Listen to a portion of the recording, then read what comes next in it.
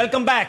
आपकी अदालत में आज हम मुकदमा चला रहे हैं, इल्जामात लगा रहे हैं, सफाई मांग रहे हैं फिल्म स्टार नाना पाटेकर से। आपकी अदालत में अगला इल्जाम। आपकी अदालत में फिल्म स्टार नाना पाटेकर पर इल्जाम है कि इन्हें इंफीरियरिटी कॉम्प्लेक्स है। नाना, मैंने आपका एक इंटरव्यू देखा, उसमें आपने कहा कि 13 साल की उम्र में जब मुंबई में स्कूल में गए तो आपको मन में ऐसा हीन भावना, इंफीरियरिटी कॉम्प्लेक्स लगा कि कोई मेरे से बात करेगा कि नहीं करेगा। 59 की बात है। यहाँ जब आया 7वीं कक्षा के लिए, मेरी मौसी है वो टीचर थी, तो सुधारने के लिए मेरी माँ ने गांव से मौसी के पास भेजा। तो अगले साल मौसी ने उसके बच्चे खराब ना हो इसलिए मुझे वापस भेज दिया।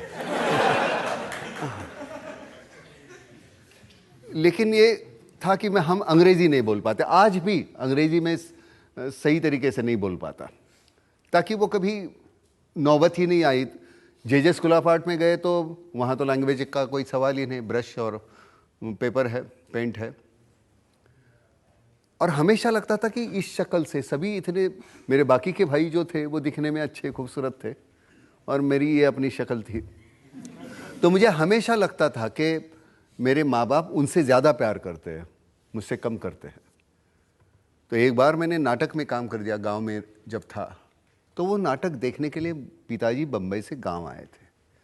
तो मैंने कहा ये बहुत अच्छा तरीका है पिताजी का ध्यान अपनी तरफ मोड़ने का।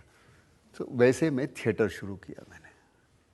लेकिन हमेशा मैं अपने आप को छोटा और कम समझते आया, ताकि मुझे लगा मुझ में कुछ कमी है। और फिर थिएटर के बाद मैं इनसे अलग, अब मैं वो वहाँ बैठे मैं यहाँ हूँ, तो ये मेरी जागीर रहती थी, मुझे देखने आए हैं, तो मैं बड़ा खुश होता था। तो वो आहिस्ता आहिस्ता आहिस्ता आहिस्ता वो कॉम्प्लेक्स चला गया और फिर वो विश्वास अपने अंदर आया और थोड़ी घमंड जो दिखती है। 13 साल की उम्र में आपको फिल्मों के पोस्टर पेंट करता था, ताकि जो बिजनेस था हमारे पिताजी का वो चौपट हो गया। और फिर 13 साल की उम्र में हम नौकरी करने लगे फिल्म के पोस्टर्स। 8 किलोमीटर चल के जाना, 8 किलोमीटर वापस आना, दिन के 16 किलोमीटर, 35 रुपया महीना और एक वक्त का खाना। लेकिन मुझे लगता है उन दिनों ने जो सिखाया वो मैं कहीं नहीं सीख पाता। उस वक्त ने जो सिखाया कहाँ मिलेगा सीखने को, कौन सी पाठशाला है ऐसी। अगर आप जानते थे कि ऐसा चेहरा है तो फिल्मों में कैसे आ गए, वो भी हीरो बनने के लिए? मैं थिएटर कर रहा था, स्मिता पाटिल की वजह से मैं फिल्म में आया। उसने ज़बरदस्ती मुझे, नाना तू फिल्म में आ जा। मैंने कहा मुझे नहीं करना, मैं I am happy with theatre. लेकिन फिल्मों में हीरो की इमेज होती है सलमान खान, ऋतिक रोशन, बॉडी वाले, फंग, अच्छे तगड़े, जिनकी चेहरा मोहरा अच्छा है।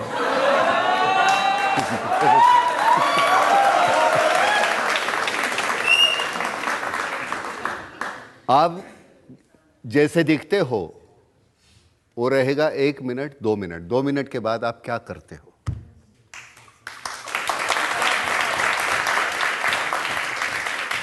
मेरा सवाल ये है, जब हम कैरेक्टर को निभाते हैं तो उसको जीना भी पड़ता है। तो गमन से लेकर के 2611 तक आप में क्या क्या बदलाव आए? जो रोल्स, जो कैरेक्टर्स आपने किए हैं उसमें उस कैरेक्टर्स को निभाते निभाते आप में क्या चेंजेस आए? नहीं, एक तो पहले समाज में जो घट रहा है उसकी वजह से मुझे जो बदलाव आता है, उसकी वजह से मैं उस तरह के किरदार करने की सोचता हूँ। क्योंकि मुझ में जो बदलाव आता है, मेरी सोच में बदलाव आता है, उसकी वजह होती है सुबह का अखबार।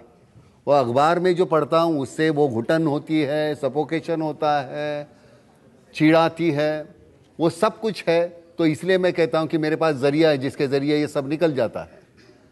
लेकिन एक हाथ किरदार करते हुए मुझ में कोई बदलाव, परिंदा का करते हुए मुझ में कोई बदलाव आया का तो वो नहीं आया।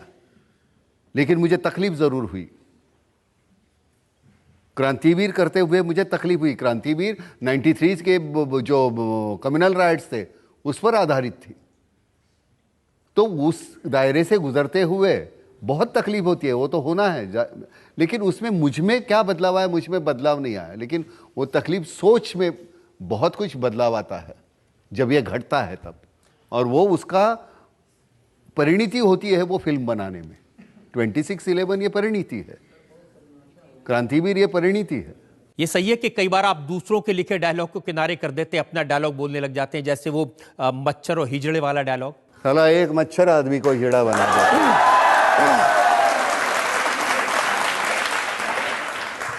क्या करे साला, एक मच्छर आदमी को हीड़ा बना देता। सुबह घर से निकलो, भीड़ का हिस्सा बनो, शाम को घर जाओ, दारू पियो, बच्चे पैदा करो, सुबह तलक फिर एक बार मर जाओ, क्योंकि अंदर का इंसान मर चुका है, जीने के लिए घिनौने समझौते कर चुका है। क्या करे साला, एक मच्छर आदमी को हिजड़ा बना देता है। अनफॉर्चुनेटली जो पहली 2 लाइनें हैं लोगों ने ध्यान में रखी, लेकिन उसकी जो आगे की पंक्तियां थी बहुत अच्छी लिखी थी, कविता समीर ने लिखी थी, बहुत अच्छी लिखी है, जिसमें कहा कि आत्मा और इंसान मर चुका है। हाँ, अंदर का इंसान मर चुका है, जीने के लिए घिनौने समझौते कर चुका है। क्या करे साला, एक मच्छर आदमी। बहुत अच्छा लिखा। नाना, एक और ब्रेक ले लेते हैं। बिल्कुल ले लो। और ब्रेक के बाद आपकी अदालत में नाना पाटेकर पर जनता के इल्जामात और सवालात का एक और टॉपिक। इसी की तरफ आप अट्रैक्ट नहीं हुए? सभी की तरफ अट्रैक्ट हुए ना, वही तो बोल रहा हूं।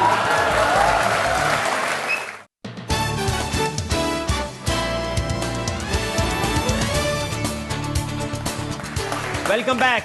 आपकी अदालत में आज हमारे मेहमान हैं फिल्म स्टार नाना पाटेकर। आपकी अदालत में अगला हिस्सा।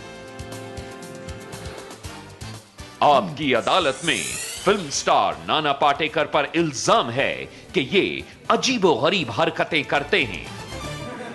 नाना, ये सही है कि फिल्म के सेट पर आप कई बार दीवारों से बात करने लगते हैं?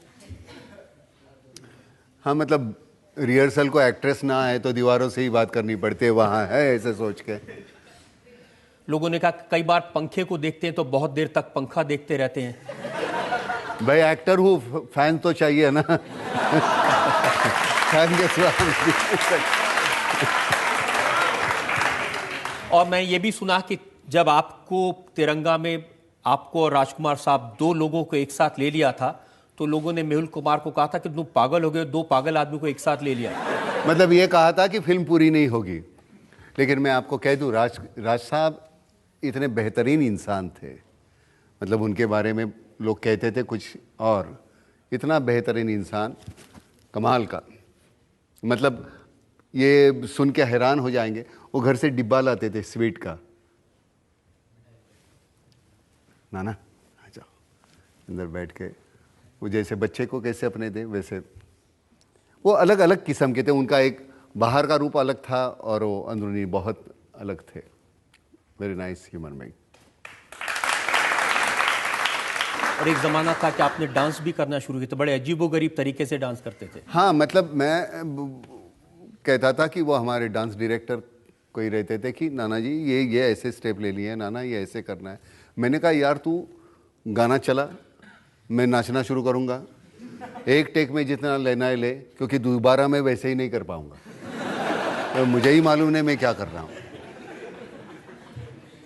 लेकिन मैं सुना कि आपके बेटे वो बहुत अच्छे डांसर, बहुत बेहतरीन, मल्हार बहुत ही बेहतरीन नाचता, बहुत तो अच्छा। कभी उनसे 1-2 स्टेप सीखने की कोशिश की आपने? वो बड़ा भारी है यार, उसका पैर गिर जाए मेरे पैरों पे ना, अभी बहुत भारी हो गया है वो। बहुत अच्छा है वो बच्चा, शायद आगे चल के अच्छी फिल्में करेगा, देखते हैं। फिलहाल तो खुश है। आप डिस्कस करते हैं उनसे अपनी फिल्में? बहुत, वो तो एनसाइक्लोपीडिया है ये फिल्मों में, जो कौन किसका किसने क्या किया है वो सब मालूम। बहुत ही अच्छा। लेकिन मैंने उसको कहा कि ये राय देने के बजाय अब तू तेरा अपना कर, शुरू कर काम। अब लोगों को राय देने दे तेरे काम पे, ताकि ये यहाँ बैठ के ये तू सही है गलत ये बोलना बहुत आसान है। जब तुम खुद करते हो तो पता चलता है कि क्या सही है क्या गलत है।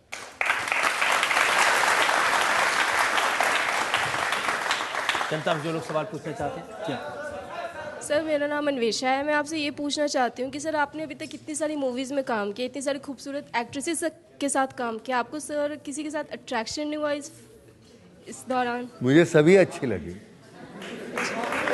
और उनके अलावा कोई पर्टिकुलर सर? नहीं, कोई उन्होंने particular पूछा है नाम कि किसी एक्ट्रेस का? किसी की तरफ आप अट्रैक्ट नहीं हुए? सभी की तरफ अट्रैक्ट हुए ना, वही तो बोल रहा हूँ।